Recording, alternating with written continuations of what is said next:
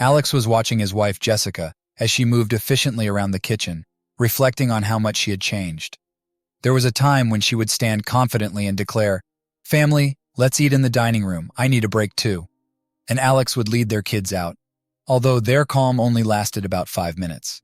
Jessica knew they would soon return, tired and messy, and if they didn't break anything, they'd still be so worn out that bedtime was a struggle. She would settle them down, thinking to herself how he was just the same. Previously, Jessica could pop over to her friend Samantha's place and not return until she noticed the hint of jealousy in Alex's eyes. Now, Alex observed her carefully, wondering about the bun in her hair that seemed to have been there for a year or two, which he had somehow overlooked. "Jess, when did you start growing your hair out?" "What, you just noticed? It's been almost 5 years." "Wow, so that bun has been around that long? Weird I didn't notice. Maybe I should treat her to a day at the salon or some shopping. It's not as frequent as before, but she used to find time for herself, and now she doesn't." "Do you remember when you dyed your hair bright red?" "I do, of course. You followed me around for a week begging me to change it back because everyone kept staring at you on the street, making you jealous." "Me? Jealous? Never." And Alex remembered how intensely he used to feel jealous of Jessica, so much so that he had to hold himself back. But would he feel jealous now? Hardly. Why be jealous? She's always at home, always in sweatpants, with her hair up, busy with the kids. He peeked into the kids' room and realized they hadn't even noticed him. His daughter was absorbed in her tablet, watching Tom and Jerry, and his son was glued to his laptop with headphones on. Alex lingered for a moment, then shut the door, returned to the kitchen, and said to Jessica, "Do our kids even talk to each other?" She looked puzzled. "What do you mean? One's on the tablet, the other on the laptop, and they didn't even notice their dad." Jessica chuckled. "Maybe you should hang out with them more, not just once a month. Then maybe they'd recognize you." "Are you saying I don't play a part in raising our kids?" "Well, I work, that's all," he replied, and nothing changed. "What are you starting now? You've just managed to get a day off, and now you're ruining my mood." Jessica, frustrated, tossed a plate into the sink, where it shattered. "Have you ever thought about how I feel? Jess, do this. Jess, do that. Jess, clean up. When do we ever just talk?" "Here we go. Now I'll definitely be at work until midnight." Alex slammed the door and left the kitchen, tired of the mundane. He longed for excitement. He thought about how a promotion could add a new spark to life, but for now it was just one problem after another. He realized it wasn't just Jessica's fault, but what could he do if he was always at work? When Jessica came in, Alex was already asleep. She sat and watched him, wondering where everything that once was had vanished.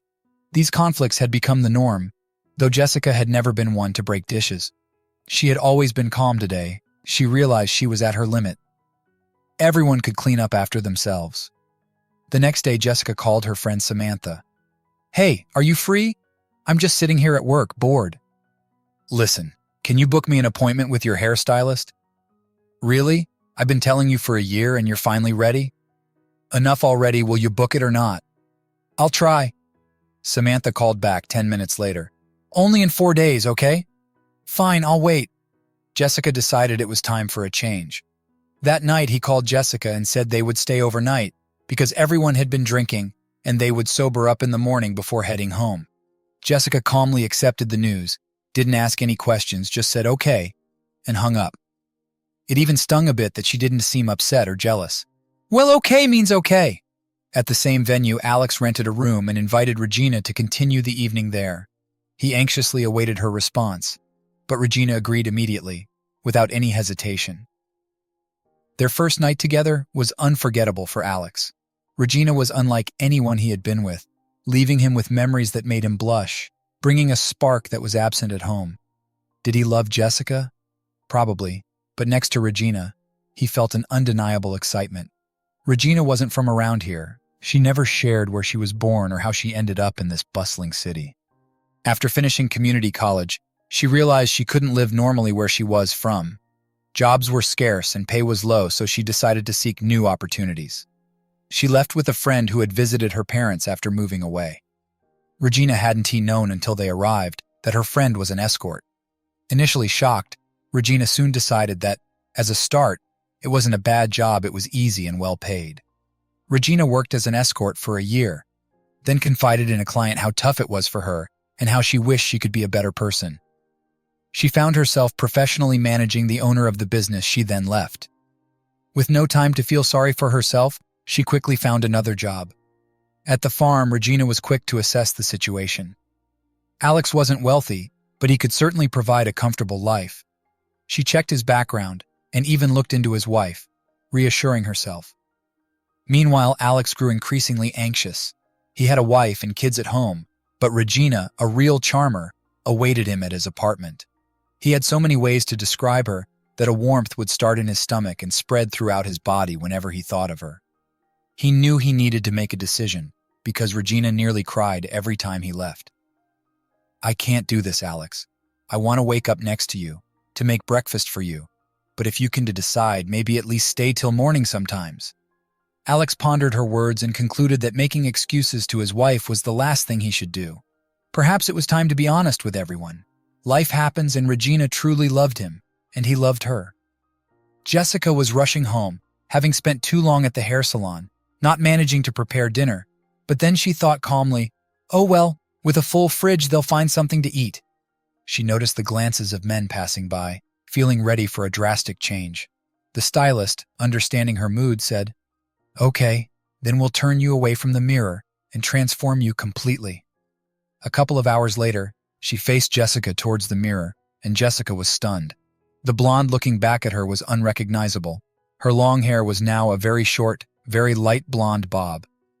While she sat with the dye, the stylist plucked and dyed her eyebrows, helping Jessica realize how long she had neglected herself.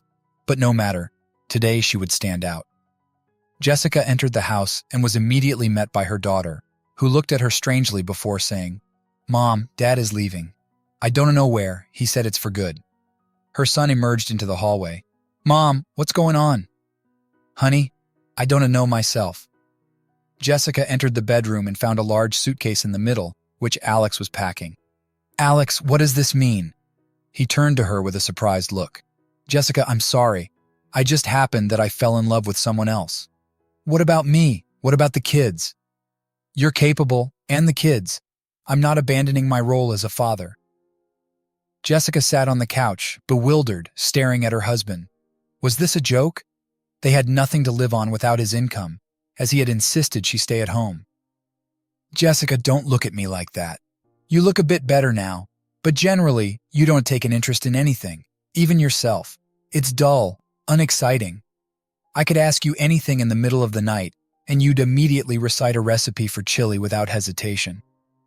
"Alex, why are you doing this? Was I a bad wife?" "No, Jessica, you were a great wife, a homemaker, but as a woman, as a partner, you haven't intrigued me for a long time. That passion, that fire, that's what I need.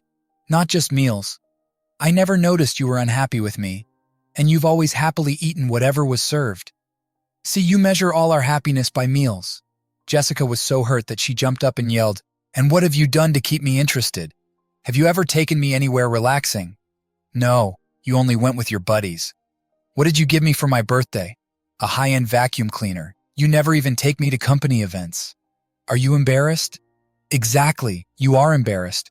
What is there to talk about with you? You seem to have forgotten how." Overwhelmed, Jessica burst into tears and her children immediately rushed to her side. Max, almost 10, turned to his father.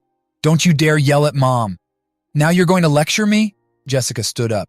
"Don't even think about snapping at the kids. Pack your things and leave. We can manage without you." Alex looked at his wife in amazement. For 10 years, he hadn't heard such defiance from her. Another woman might have begged him to stay, but here she was, showing her dignity. He quickly closed the suitcase. "I'll handle the divorce and the separation myself." "And what exactly are you planning to divide? Isn't this house technically mine? I'll have you removed from here today." "You wouldn't dare. This is my house. You're the one leaving. Why should my children and I pay the utilities for you too?" "Jessica, don't start. I need to be registered somewhere. I'm not homeless." "Well, Alex, that's not my problem anymore." He stormed out of the house, slamming the door, and at that moment, as if to spite him, she collapsed onto the sofa and burst into tears. How was she going to live? What was she going to do? How was she going to raise the kids? She simply didn't understand what a disgrace, what a scandal this was. Her son quietly left the room, went to his own, and dialed a number. "Aunt Kathy, come quickly. Dad has left us. Mom is very upset." Half an hour later, Kathy was ringing the doorbell. She had been friends with Jessica since childhood. They were very close. She was the godmother of both Max and Lily. Max opened the door. "Hi, what's going on here?" she asked, honestly not believing that Alex could leave Jessica. Jessica was perfect. Everything was always orderly at home, cozy, with a fridge full of delicious food, the kids clean and well-behaved. Jessica beautiful. What could possibly be wrong? But seeing Jessica, she had to believe it. "Put aside the tears. Crying want to help. Jessica, get up, the kids need you, and we need to talk." When Max and Lily were swept away by the commotion, it was a great relief that Aunt Kathy had taken charge. They were terrified seeing their mother cry like that. Half an hour later, Jessica, washed and with red eyes, sat in the kitchen while Kathy looked away discreetly. "Well then, tell me." "There's nothing to tell. It turns out everything about me irritated my husband, my cooking, just everything. Turns out he needed a tiger, not a housewife and mother." "Kathy, it's so cliché. She's young and exactly that tiger. You know what, to heck with him, but how am I supposed to live on?" "Jessica, what's up with you? You were top of your class. Check online. You know how many translator jobs there are. You could even work from home." Jessica smirked. "Sure, who's going to give me a job like that from home? Oh Lord, Jess, you're really out of the loop. You're a true homemaker." Jessica cried again. "Kathy, at least you—" "All right, sorry, I won't anymore. Let's meet tomorrow and look for a job for you. Can you come over to my place?" "Of course, just not while Lily's in preschool and Max is at school." The next day, Jessica was amazed to learn that people had been working from home for years. Kathy showed her how to find translation jobs. It was intriguing that she had already received 2 assignments. Jessica skimmed through them and realized they were quite straightforward. That evening, after putting the kids to bed, she would turn on her laptop, which hadn't been used in at least 2 years, and get to work. Jessica sat on a park bench. It was fall. The trees were so vibrant that the park seemed bathed in orange and red. She closed her eyes and sighed, not wanting to think about anything. "Sorry." She opened her eyes to see a man standing in front of her with a large camera in his hands. "Don't to think me forward, but may I take your photograph? I'm a photographer. I take photos at events for money and for pleasure for free. Right now, you blend so beautifully with this autumn scenery that I just couldn't walk by." Jessica laughed. The man complimented her beauty, and she believed him. "What have I got to lose? Let's change everything then." Jessica posed for the man, who was named Ian. He openly admired her and mentioned he would need permission to use her photos in a fashion magazine he co-owned. After taking enough pictures, he said, "My name is Ian. May I walk with you for a bit?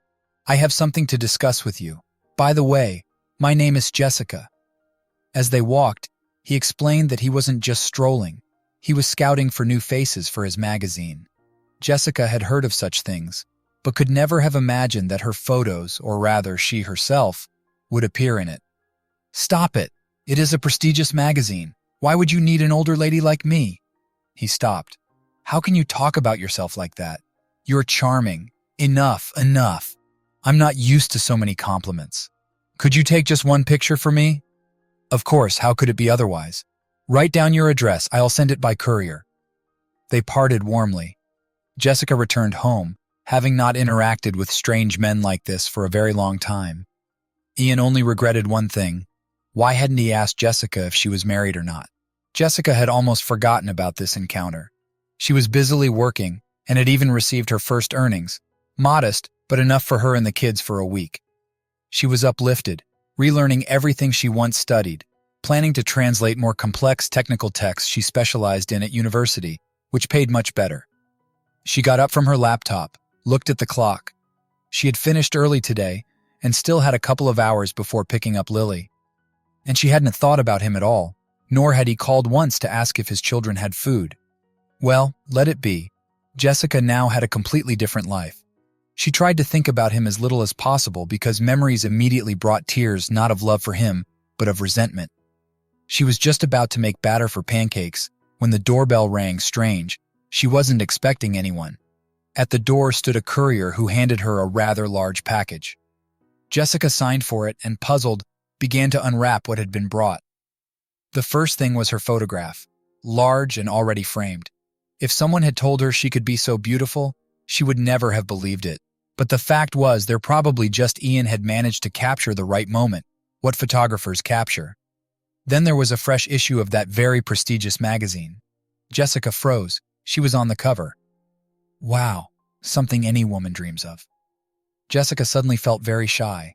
Now the whole city would see her. In the package there was an envelope. She opened it. Money, several large bills. Jessica, I hope you like my photos. This is a fee for using your face in our magazine, and I would be very happy if you wouldn't have refused to go to a restaurant with me. The time and place where Ian would wait for her that evening were written below. Jessica sat down. What was she to do now? Her hand reached for the phone, and she called Kathy in a somewhat plaintive voice. I don't know what to do. Kathy was there within an hour. After seeing the magazine, she almost fainted. Then, after asking everything, she made her decision. You have to go. You're a free, almost free woman, and if you trust me, this Ian is a very interesting man. Kathy, but I have nothing to wear. We have an hour and a half until Lily and plenty of time. Get ready, I am calling a taxi. Kathy, but her friend wasn't listening anymore, already speaking with the dispatcher on the phone. An hour later, Jessica held a very expensive long dress in her bewildered hands, while Kathy was already talking to her hairstylist. Run, I'll pick up Max myself and bring them home. We'll probably have to stay the night at your place. Kathy, I don't know what I'd do without you. Only now did Jessica realize that she really very much wanted to go to the restaurant with Ian. A year had passed, and Ian had long become a familiar figure in Jessica's home. They were planning to file for marriage, and Ian insisted that after the wedding, everyone should move to his place. He had a large house where he lived alone, apart from his Aunt Zena, his housekeeper, and a cat so self-important and independent that it didn't even acknowledge him as a person, treating Aunt Zena as its god since she fed and groomed it. Each would have their own room, and Jessica could continue to work if she wanted, or take up gardening or something else. Lily loved the idea most of all. She was the first to accept Ian as family. Max, honestly, wasn't he opposed either. They were discussing the move when they heard a familiar name on the news. Alex and his Regina had been in a car accident. She had lost control while driving. Alex was in critical condition in the hospital. Jessica, I must visit him to see how I can help. Please don't think I feel anything for him. It's more of a duty. I understand, but why do you take everything so hard? Don't worry, he has a wife who will take care of him. As it turned out, Regina was actually his wife. They had been living together, and Alex had been delaying proposing, which frustrated Regina. Now, with the doctors saying that Alex needed both legs amputated, Regina thought, why should I care for such a burden? It's a good thing Alex hadn't married her. Regina was quickly transferring her husband's money to her account in the hospital corridor. This would be her compensation for the year spent with him. At the end of the corridor, she saw his ex-wife. Good, Regina thought, formulating a plan in her mind on how to free herself while ensuring Alex wasn't left helpless. Jessica looked around. Did we forget anything? They decided to move before the wedding to get used to their new life. After the wedding, Ian planned to take his whole family to the beach, so there wouldn't be much time left. Kathy stood in the middle of the apartment. Jessica, I am so happy for you and Ian. You can't even imagine. Ian came out of the kitchen with a huge sandwich in his hands. And I am glad too, if only someone would feed me. He made such a sad face that Jessica and Kathy laughed. The doorbell rang. Must be the movers, he said, and went to open it, with Jessica and Kathy following. At the door stood Regina. Finally she's gone, she muttered, then pushed her way in past the steps and insisted on looking at her former husband, realizing it was over. She would never be happy with Ian. She could never let go of this burden. Ian watched her closely, then grabbed her hand and pulled her into the kitchen. Dawn to tell me that for a man who trampled and humiliated you, you're ready to throw me and yourself away. How will he live? And how will you live? The moving day had to be postponed. Jessica sat in the kitchen all night, unsure of how to act. How could she abandon Alex? He would perish without her. A voice inside her argued, Nonsense, he left you. Why should you ruin your life? In the morning, Alex wheeled into the kitchen, looked gloomily at Jessica, and approached the fridge.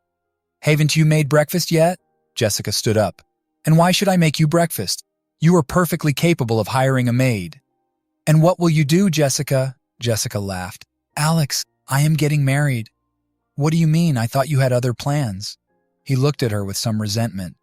"You used to love me, suffer for me. Here I am back." But Jessica did not greet him as he expected. The house was a mess, and the apartment was full of strangers. Kathy was always confusing him. Some guy kept trying to hug Jessica. "Soon everything will return to its place." "No, Alex. I suffered and loved you until I realized how you treated me, and then quickly fell out of love." "Is it all because of the legs? You don't want to care for a cripple?" He was sure it would bring them closer. "Nonsense. You know me well and should understand that legs are the least of my worries. I will hire you a nurse and even allow you to live in this apartment." He was stunned as Jessica called a taxi. The children gathered cheerfully, and the man realized with sadness that no one owed him anything. When she rang the bell at Ian's house early the next morning, Aunt Zena opened the door. "Jessica, how good that you came. Ian was about to leave, said he has nothing left to do here, that he would leave for good, and at my old age, I'd have to look for a job. And the cat, poor thing," the elderly woman spoke, leading the children into the kitchen. Jessica walked into the room where Ian sat in front of an open suitcase, deep in thought. "Where were you going?" He jumped up, saw Jessica, and looked at her incredulously. "You came to say goodbye? I was actually on my way to my future husband, but now I'm not sure." Alex still couldn't believe that Jessica had tucked her sense of responsibility away and come to him. Alex would probably have to hire a nurse for a while until he learned to live on his own. Ian watched her for some time, then hugged her. "You're not joking? You want to change your mind?" "No, and don't hope for it. I'll always be by your side, even if you get tired of it." Ian wouldn't let Jessica deal with the nurse or any other problems. He found and paid for the nurse himself. Alex learned to walk with prosthetics, and 2 years later, Jessica learned that Alex was marrying the very nurse. Regina had to return to the streets because no respectable place would hire her after she tried to tell her clients what kind of person she was. Jessica became a well-known face in advertising, but soon had to forget about her career again, as their family was about to be joined by little Andrew Ivanovich. Everyone expected the baby, but Aunt Zena, most of all, always worried that the young mistress might not need her services. "Well, at least I'll stay in the kitchen," she declared, delighted to be able to babysit the little one.